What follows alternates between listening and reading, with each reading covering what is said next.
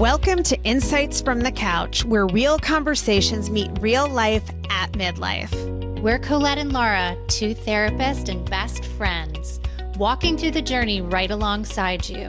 Whether you're feeling stuck, restless, or just unsure of what's next, this is a space for honest conversations, messy truths, and meaningful change. And our Midlife Masterclass is now open. If you're looking to level up, get into action, and make midlife the best season yet, go to insightsfromthecouch.org and join our waitlist. Now let's dive in. Hi guys, welcome back to another episode of Insights from the Couch. We have Maylen Dominguez here today. Full disclosure, Maylen's daughter and my daughter were childhood best friends. So I really grew up with Maylen. We were in the grade school years together. Oh, yes, we were. Yes, we were. But Maylen is here today to talk to us about her new film.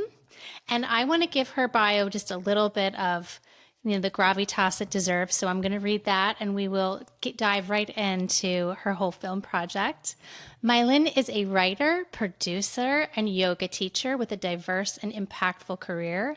Most recently, she is the writer and producer of the feature-length dramedy, Ethan Bloom. I saw the trailer. I can't wait to see it. Maylen holds a BA in literature and film from Yale University and an MFA in writing for screen and television from the University of Southern California. She won the Zaki Gordon Award for screenwriting and an NBC Universal TV Writing Award.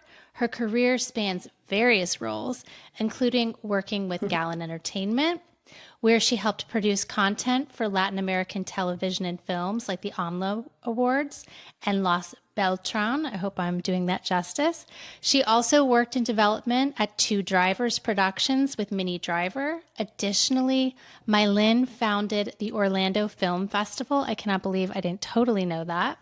Launched 3 MFA programs at film schools and served as the dean of the New York Film Academy in Miami for 10 years. Quite the multi-hyphenate career. So welcome. Hi, we're so glad to have you. I'm so happy to be with you guys. I miss you guys. It's so great to see you and just to get to talk. And I'm really just proud of this incredible podcast. You guys are doing such an amazing job. And it's such important information for everybody to have. So thank you for sharing your insights and your wisdom. Well, thanks so much for being here. It's so good to see your face and so impressive. I mean, I feel like I know these things about you, but hearing it all together, I mean, it's so impressive, your career. And yet you are doing, this is part of what we want to talk about. I want to dig into the story of the film and how you made it happen, but you're doing such a big pivot, right? To bring a film to life and to segue into a phase of your career where you're a creator and you're an artist and not just a dean and a student and all these other phases that you've worked through. So tell us a little bit, let's just start wherever you want to start, but tell us a little bit about the inspiration for the movie and the journey. Yes, thank you. It's one of those things where when I started to listen to your podcast and I was like, wait, everybody's really well and successful in their career. And I'm really in the messy middle, as we like to call it. I'm really in a transition time right now. So I'm excited to talk about it and I'm excited to share about it because I think sometimes we hear about this is how it was and this is how it is, but we don't really get to see what happens in the in-between. And I'm really in that in-between stage right now where I am transitioning from, having had this kind of, career and it was a really great career. And it's a career that I loved and I got to inspire a lot of students. And, it was this moment of I could keep doing this for the rest of my life. Yes. But there was always this part of me that wanted to make my art. And I was always making things on the side. I was always writing or painting or doing whatever it was that I was doing on the side. But, to really give it the attention that it deserves. And, there is a thing that happens when you're trying to go deep in any way. You have to give it your entire attention. And I don't think that means that you have to quit your job in order to be a creative person. I think that plenty of people can be creative for a couple of hours in the morning and then go have a job. And I did that for a long time. And I wrote the script during that time. So it can absolutely be done. But for me and the level of work that I want to do now, it was important that I really devote myself to it. And it was also, I think, a sense of saying, you're not something that's on the side. You know, that was saying to like my artist self, you're not something that's on the side. Like I'm actually going to look at you completely for who you are and like devote myself to you. So there was a sense of like a commitment to it. And it's terrifying. I'm currently in still the terrifying part of it, because it's not like there's like, oh, she quit her job and now she's a bajillionaire doing, you know, whatever. That's not the case. I, you know, quit my job and it's still in the uncertain phase. But yes, in order to celebrate the wins, I also did make this film, which is a true independent film, and I am very proud of it. It was the way that it started. I wrote the script. It's actually funny, Laura, how that started. Sophia, who's my daughter, who's very good friends with Laura's daughter, basically, she was in her room studying, like doing homework, and all of a sudden she like hands me a thumb drive and she goes, "You have something on here, you might want it." And I like plugged it into my computer, and there were like the first 20 pages of the screenplay. And I read it and I was like, I like this screenplay. When did you write it, Maylen? When was it? I have no idea when those first 15 or 20 pages were written. I have no idea. You know, who knows? In between carpool, one of the days, you know, who knows? Like I just got the idea because, you know, one of the big things with filmmaking and storytelling in general, and with like the hero's journey or whatever, I always would say this to my students, like what you need is you need a character that has a very strong want and then a difficult time getting it, right? There's a conflict. And so I was like, what would be like a really strong want? And I was like, if a kid really wanted to become Catholic, but the conflict would be he came from a Jewish family. Like that kind of seed of the idea just came to me. I was like, that would be complicated. Like that would be a complicated thing to navigate. And so then I started writing it. And initially I had written it. It took place in New York City. And then when I moved to Miami and when I found it, when Sophia, you know, handed me the thing and I saw it, I was like, oh, this would be great in Miami. And then I went for a walk with my husband and we would do kind of an evening walk, and it was like along the boardwalk. And I just started mapping out each sequence. I just started talking it through with him. I'm like, oh, this happens and this, and it just kind of was right there. And I was like, oh, it's all there. And when I came back from the walk, I wrote down all the sequences. And then the key part was is that I made a commitment that I was going to write 3 pages of the screenplay every single day. Wow. No matter what. Yeah. How did you arrive at that level? Like, what made you decide that dose? Because, 3 I knew was manageable. Because 3 pages of screenplay writing is not hard. Like, I mean, not that it's like so easy, but it's a lot easier than even 3 pages of like novel or memoir or something like that. So 3 pages of screenplay is like not hard. And so I'm not, you always hear that like you need to like just go to the next rung and make the rungs kind of small. Don't make your rung. I'm the kind of person that makes the rung like this, really high. Like the first rung has to be super high, and then I fail, and then I beat myself up about it. So this time, and honestly, it was because I had no time. Like we were living, Sophia was going to school in one place. I was working at the beach. We were living in Coconut Grove that year. And so I had to, my schedule, I had to wake up. I had to like make her breakfast, make her lunch, get her in the car by a certain time. We had to listen to the Hamilton soundtrack to drop her off because she was obsessed. And then I would get to work really early so that I could have, and I would like write really quickly and then start my day. Isn't that funny though? It's like they say give a task to a busy person because that's when you get things done. And it's so funny that you talk about commitment, because we just talked to somebody else on a podcast today about like the importance to like committing to something, like making that decision, like I'm going to do this thing. And make it small. Make it small. So you actually 100%. Can do it. Because if you had said, I'm going to write this, and also you didn't make it vague. So you made the commitment, but then you figured out how you could get it done that was actually doable, and then you followed through. Because if you had said, I'm going to write a screenplay in the next 6 months, then even that's too vague, because how and when do you have a weekend, and right? But you were like, no, I'm going to do it a little bit every single day. Exactly. That was the key. And it was and committing to it, because you have no idea, even with that small bites thing, or the small steps, I still would come up with resistance every day. I would sit down, I'd be like, nope, don't know what to do today. And what I decided as I was doing it, and I still have to do this with myself, is I just decided it doesn't matter if you don't know what you're doing. You will still write 3 pages. Like they can be the shittiest 3 pages of your life, but you're going to write them. And that taps into my biggest issue, because I was the kind of kid in school who, would do the entire paper or report and, rip it up at the last minute and throw it out. Like that's me, that's me. And to this day, I have like a lot of almost finished things. So it was one of those things where I was like, literally like, come hell or high water, I will write 3 pages every single day until this thing is done. Wow. And that's what made it happen. So yeah, it's that that was step one. perfectionism. Like done is going to be better than perfect.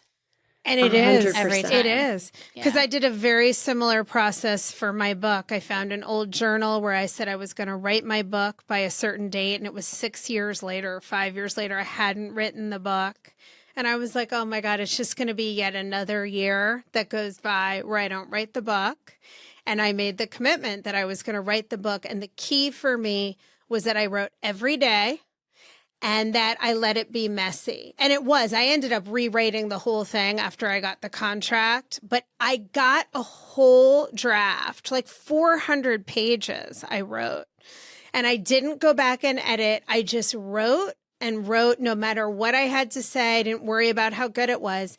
And that made it happen. Like I had a draft. And there's something about having a draft versus the blank page for a lot of us, not everyone, but I do not like the blank page. And it's that process of like, no matter what, I am doing this now. And to me, at least, the everyday was so huge. I love that. And then Colette, what did you do from there? You took that first draft and then you just submitted it? Like, who did you send it to? No, because for nonfiction, you cannot, like nonfiction, like self-help. It's like a subject matter expert self-help book. So for memoir, you turn in the whole book, but for not this type of nonfiction, you have to do a proposal. So typically the book is not written until after you get a contract. And then I had to write a 120-page proposal that only included 1 chapter of the book, which I then had to edit into a more polished state. Then I got the contract and I felt like, well, I already have a rough draft. But then when I went back and in the process of doing the proposal, a lot of what I had like didn't work anymore. And I had to rewrite the whole thing. I love that. I love that story because it's really useful. It's like you found your way through it. It's like, which I think happens a lot. I was just traveling. I arrived yesterday and I had like all of my necklaces like in a big ball. And I just started realizing, I just started kind of, you start touch it and you start moving it and then things start to like disentangle like suddenly. Yep. And I was like, this is what the writing process is like. It's like you have to you have no idea where you're going. You just kind of hold it and pull at it and pull and then, there comes one point where you find the knot and maybe that'll take a little more detail and effort and specificity. But until then, it's just like trusting. And I have found that to really be the case with the process. I love that metaphor. It's the perfect metaphor. You have to be willing to get in it and be messy and really work with your perfectionistic instincts, because I did have the voice the whole time going, oh, but like, what if this isn't good enough? Or I didn't explain this well. And I did a lot with my psyche during that phase to just stay in the lane of like, just work hard and believe, just get a draft done. Don't worry about it now. I can fix it later. I think I could have gotten an analysis paralysis so much if I hadn't taken that strategy. And I love how you're describing it in these bite-sized chunks. Because if people could take whatever their dream is and just deconstruct it a little bit, like, how can I get into action today? Like what, right? Because then you end up with a screenplay.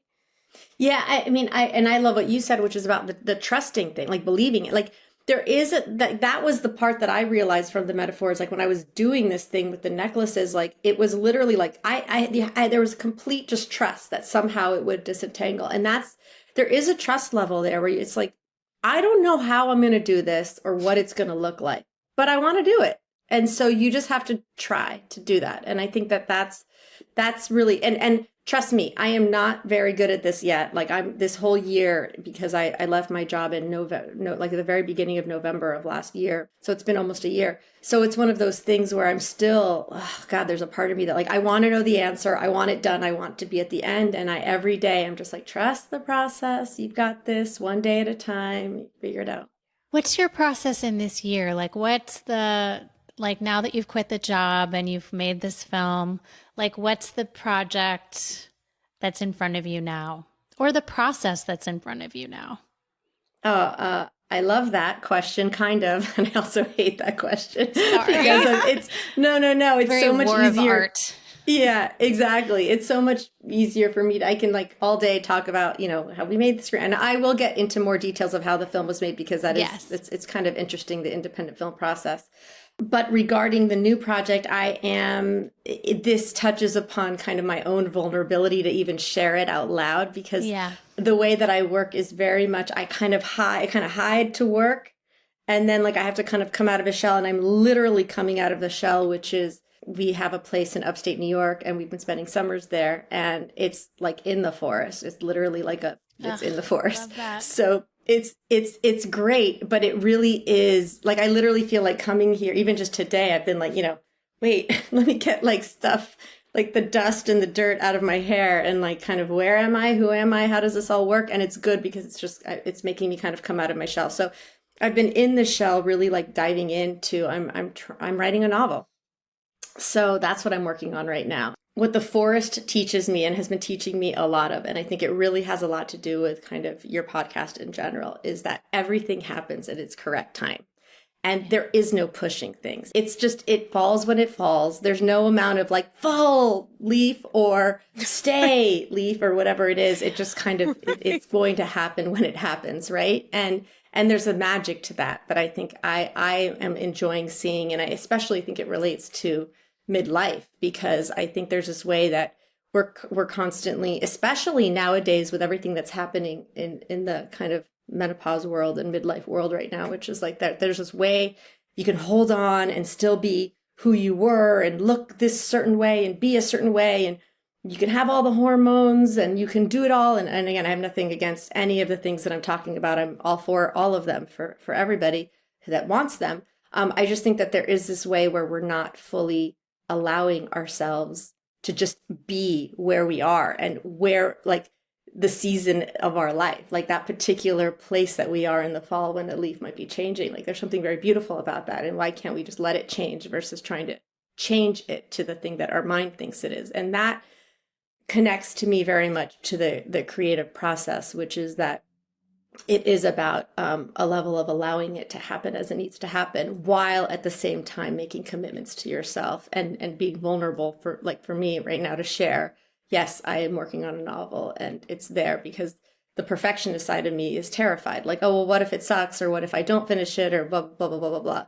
What if nobody ever wants to see it, which is possible, but that is what I'm working on right now. I think what I was beginning to say about that is that if I was a strategist looking at my own career, I would probably not say, oh, go write a novel right now after you've launched this movie. You should probably, have certain other film projects ready to go. And I did actually write another screenplay this summer as well. So I have another screenplay ready to go, and I'm working on a novel, and that's where I am right now.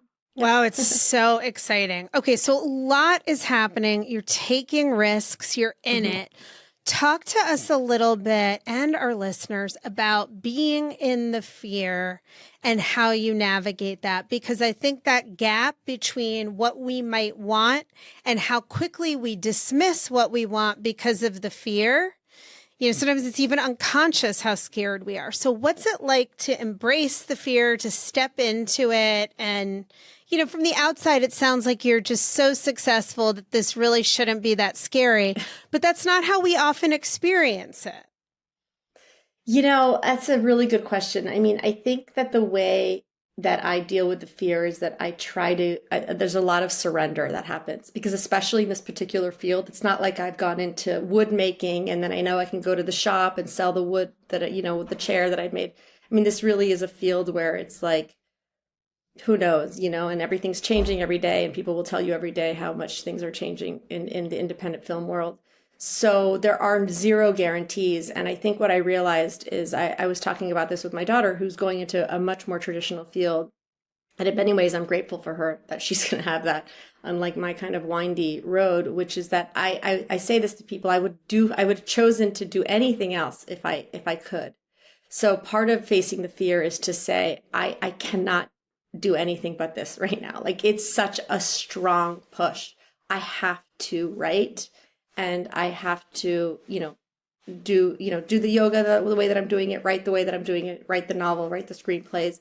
And then we'll see, we'll see what goes beyond that. So I kind of face the fear by committing to it, by knowing that it's the thing that I want to do right now, being really, really clear that it's what I want to do right now. And then also a level of surrender to it, allowing myself to surrender to the process, and that I'm not going to know.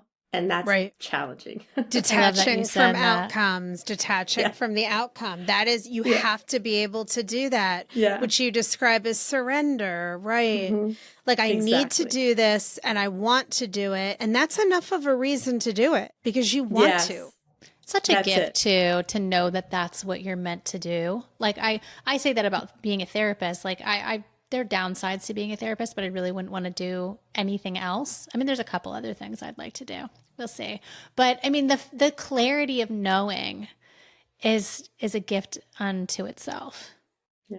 I mean, it's interesting that you say that, Laura, because I don't know if it's what I'm meant to do. I really don't. I just know that for right now, it's what I have to do. And then I'm going to have to reevaluate. And maybe that is why I'm, excuse me, like, as we talked about, a multi-hyphenate or whatever it is that I am, because I do different things like the yoga and the meditation and the coaching and the writing and academic sphere as well. I think that it's just a matter of being where I am right now, and then trusting that, like, when it's time for me to move to the next thing, that I will. And to, I don't know, for me, I always struggled so much with being what I'm meant to be, because my parents had a thought about what I was meant to be, and other people have always reflected back to me what I'm meant to be. And then sometimes I would start to panic. I don't know exactly the one thing that I'm meant to be. And then that would give me another level of anxiety. And maybe I'm not meant to be one thing, but I'm allowed to play with all these different things and then see what comes from it. You're allowed to play. Yeah. So this also strikes me because you're giving yourself permission to try things and to follow what appeals to you without a prescribed script for this is what I should be doing, or this is what I'm meant to do. This is what you want to do right now. You don't know how it will turn out, but it's what you have to do right now. And you're following it. You're following your gut and your instincts and taking risks. Yeah. And I want to share a little bit about the story, because it's, like I said, it's this coming of age story about a boy who wants to become Catholic, even though he comes from a Jewish family. And it's set in Miami and Coconut Grove, so it's kind of like quirky and sweet. And but the real message behind it, there's two main messages. One is that love transcends difference and transcends the difference of religion, which I think is a really important message right now. And it wasn't intentional. I didn't go in saying, I'm going to write a message about this. I just wanted to write like a funny, sweet story about a person going through a coming of age thing. But it's also about this mother who is able to, she dies a couple of years before the movie takes place for this boy. And she's able to communicate to him kind of through, like, beyond after she dies, like through a message that she leaves him.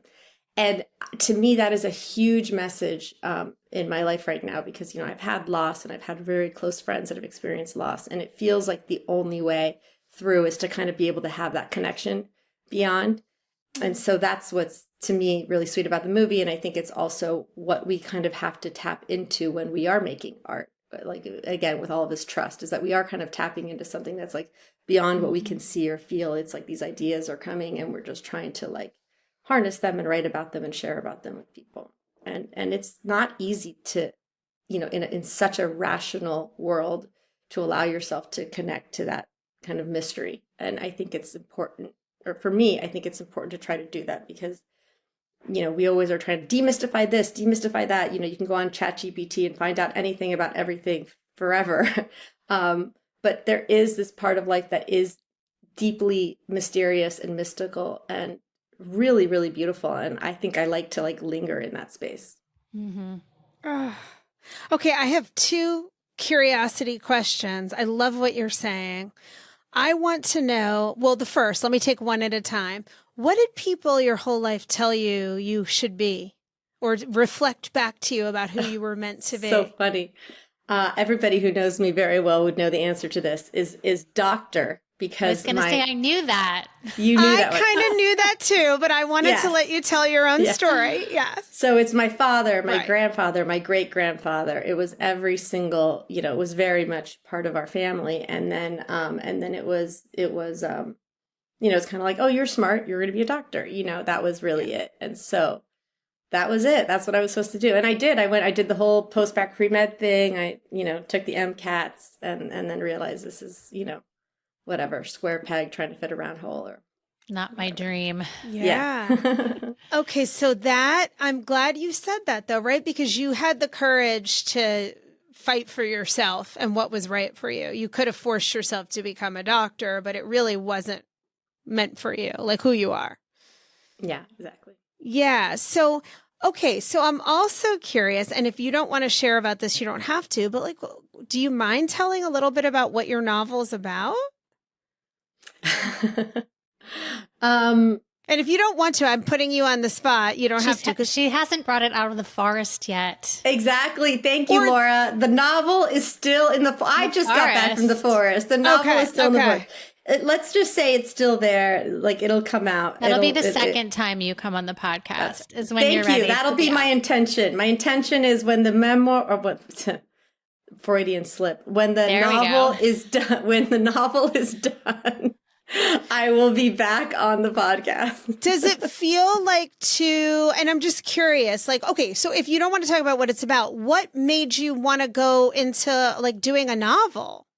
Why that? So it is based on some true things. So I did write it as a memoir first, and then I have decided to write it, and then I wrote it as a novel, and then I changed a lot of things to make it into a novel. And then I got confused. Well, what do I want to tell in this novel versus what's real, what matters? So then it becomes like this whole process. Gotcha. But I studied literature in undergrad. When people ask me, why are you studying literature? And I would say, because I feel like I can learn psychology, history, I can learn every field in books, because I feel like there is a way that through novels, people get to a deeper truth.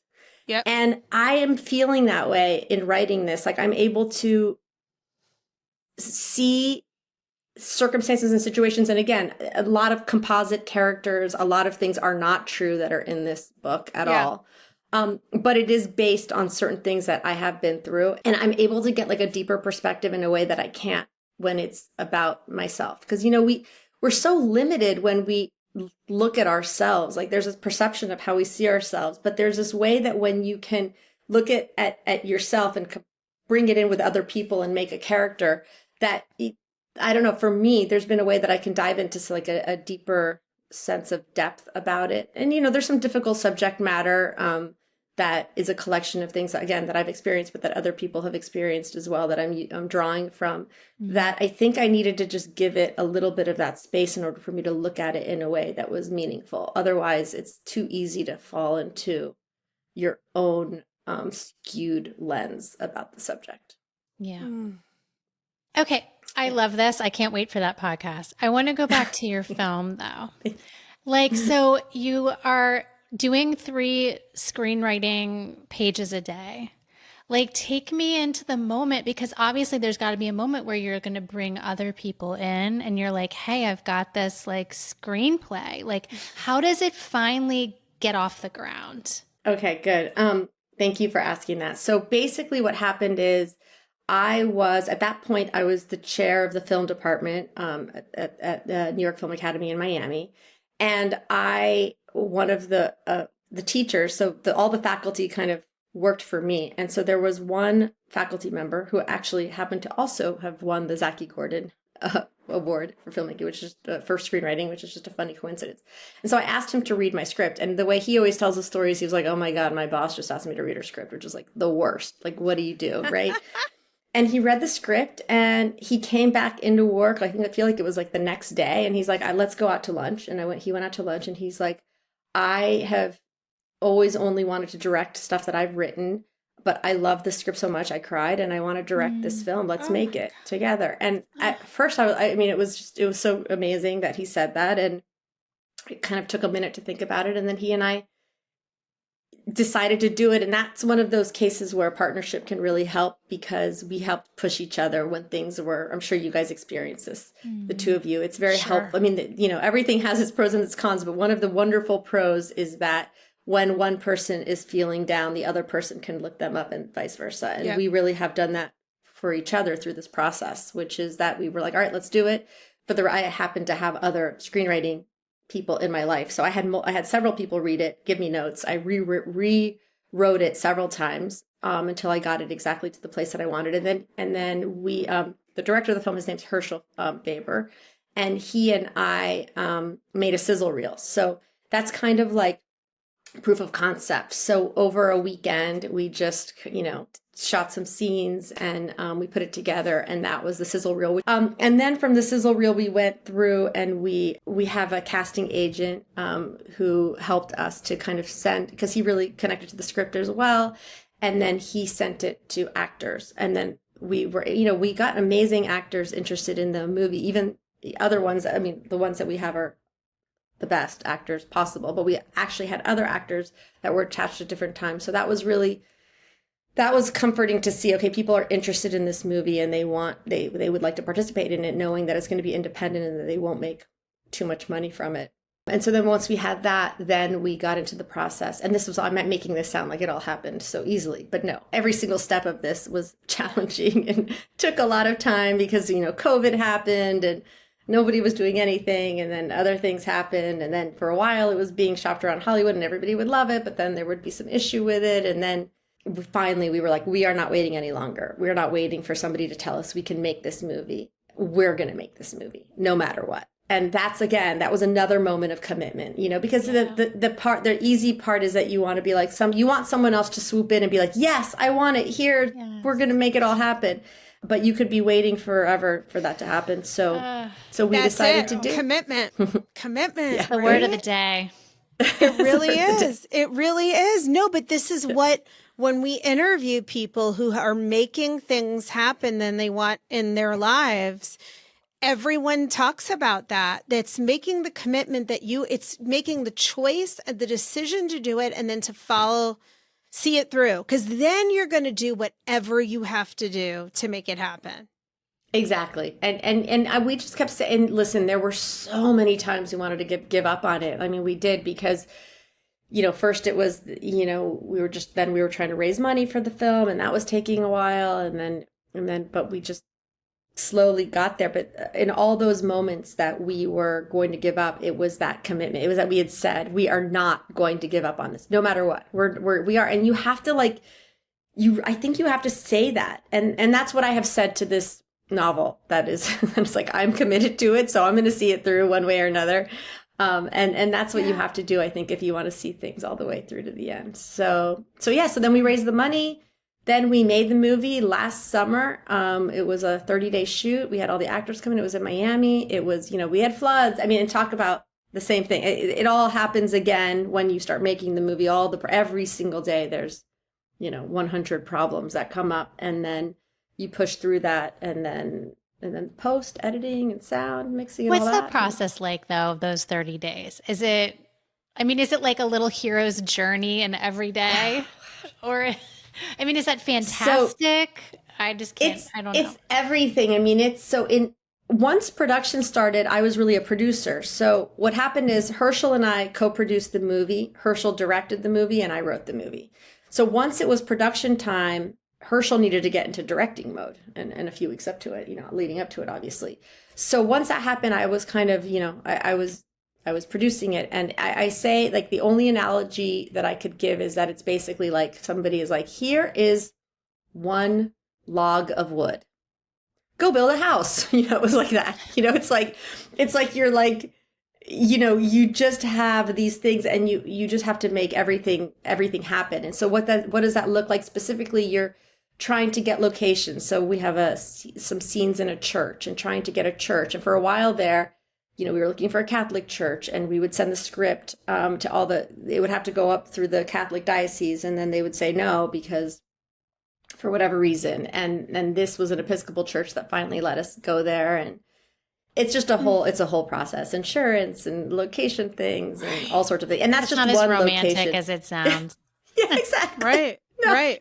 that's just one location. And then you do every location like that's just the location piece. There's a million other things. But it is also so fun. It's also fun because But there's so many obstacles and hurdles along the way. So this is where the commitment, I'm doing this, I'm seeing this through. Where if Hollywood says no for whatever reason, whatever hoops they have, the Catholic Church says no, you only have a log and you have to build a house, right? Whatever it is, you're like, okay, this sucks or this is hard or this is challenging. I'm sure there were some moments of real frustration or exhaustion or, I can only imagine the highs and lows, but you're going to see it through no matter what because you've made the commitment. Yeah. And we believe in it. We just really felt, that's another thing. You have to really believe in it. This is very dramatic to say, and I don't really mean it to be quite this dramatic, but I had a teacher who said to me that a film teacher at USC basically said like that every project that you make, you need to feel that if that was the last thing that somebody saw before they died, that you would feel good about that. And I feel good about that with this film. I don't think it's not a perfect film. It's an independent film. It's got some great things. It's got some things that are not perfect, but we are very proud of it. And I do think that it's a beautiful film, but it is a film that is moving. And that if, that was something that you saw, you would feel hopeful about your ability to connect to people that you left behind. And that makes me happy. Yeah. Oh, I love that so much. And I think this is so inspiring. Like it inspires me to keep going after things that I want. And I think it's going to really inspire our listeners too. You're making your dreams come true. The leaves are falling right when they're supposed to fall. And I think for so many of us women today, the leaves are falling naturally at midlife, which is what is so exciting about the intersection of all of this. Whether you've never had a career, you've had 3 other careers, you can always pivot, side hustle, pivot, start something new, leave what you're doing. Anything is possible. Absolutely. That's the biggest take. Like, I really hope that people get that. Like,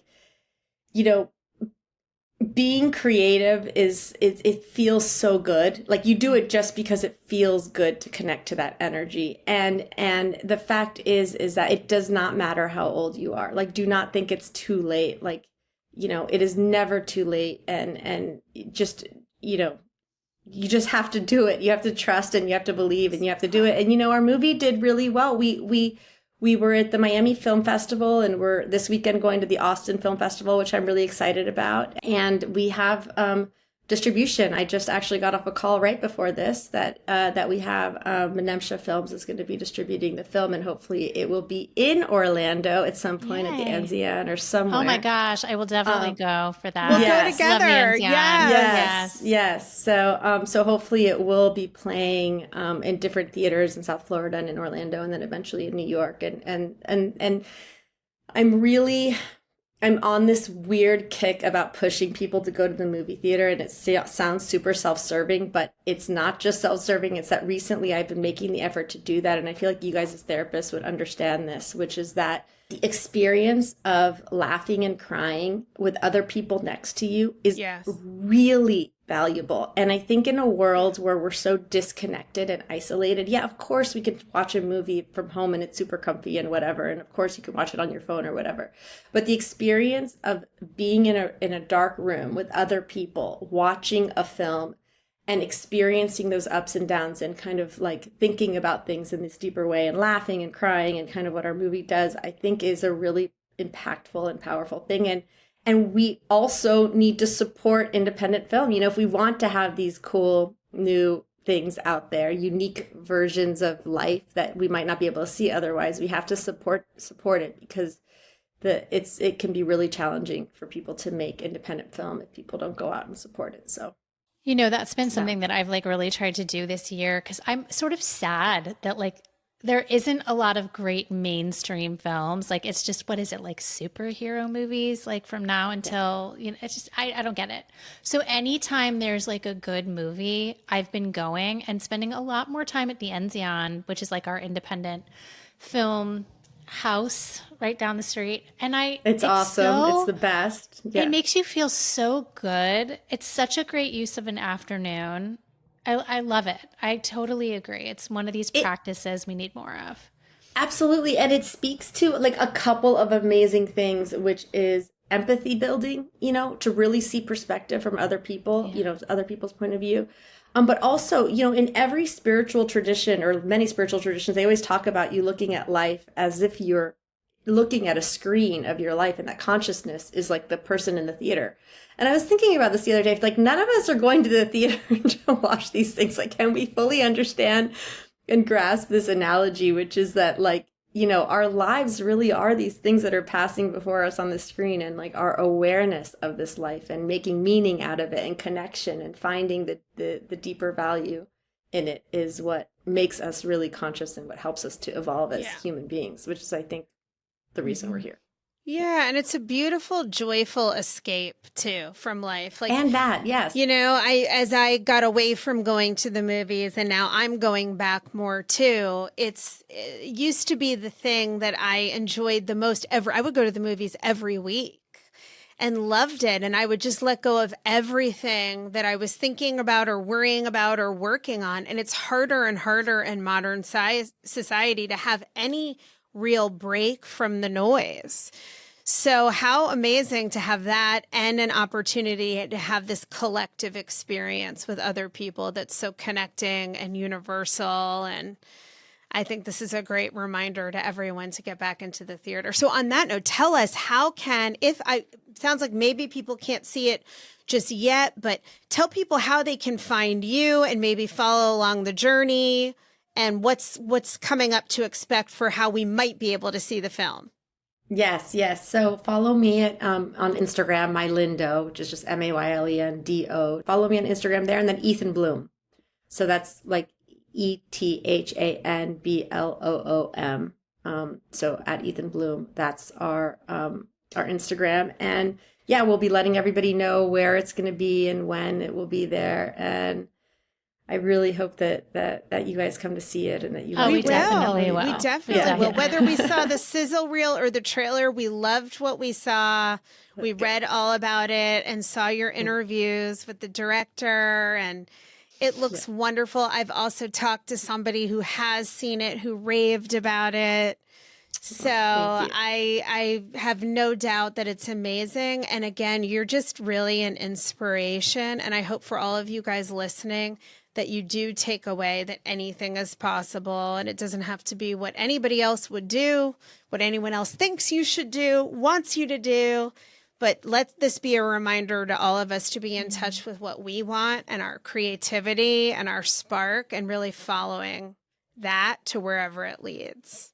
I love that you said that. That really is the key, is like without having a plan necessarily, like, again, and just tapping into more of that playful spirit. And this is the time, if not now, when? This really is the time for us to, whatever those little dreams are and whatever it is that we've been feeling we want to make or do. I feel like everybody is creative and everybody can make something or do something, and it's never too late to do it. And I really do hope that people, if there is something they've always wanted to do, that they just try and have fun with it and make it happen. Yeah. For sure. I love it. Well, thank you so much for being here. It's so inspiring, and I'm so happy for you.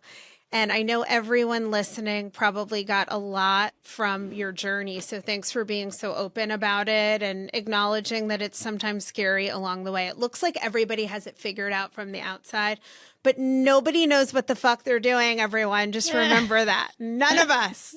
It's so vulnerable. It's so vulnerable to share your art, but you have to do it anyway, because the fact is it's not listen, it's not about you, something is coming through you or whispering to you that it wants to share. So just get it out there, do it. You have no idea. You don't know what's going to happen. You don't know. So just do it. Yeah, that's what makes us human. There's like no choice. You have to make your art. Yeah. Exactly. It is what makes us human. I love that, Laura. That's very true because it's how we understand our own humanity and how we understand what we're doing. So I'm super grateful that I got to be here with you guys. I love, love, love this podcast. And anyway, it was just fun to get to hang with you. Thank you. It was so much fun. And we'll have your Instagram handles in the show notes too, so you guys can follow the movie and Maylen on Instagram. And once again, everyone listening, we thank you for spending time with us today. We hope you got some valuable insights from our couch, and we will see you all next week. Bye, guys.